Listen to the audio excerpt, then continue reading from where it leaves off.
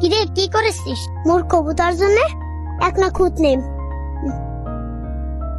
মা দিবে না, ডাঙাইবে, বুঝলো?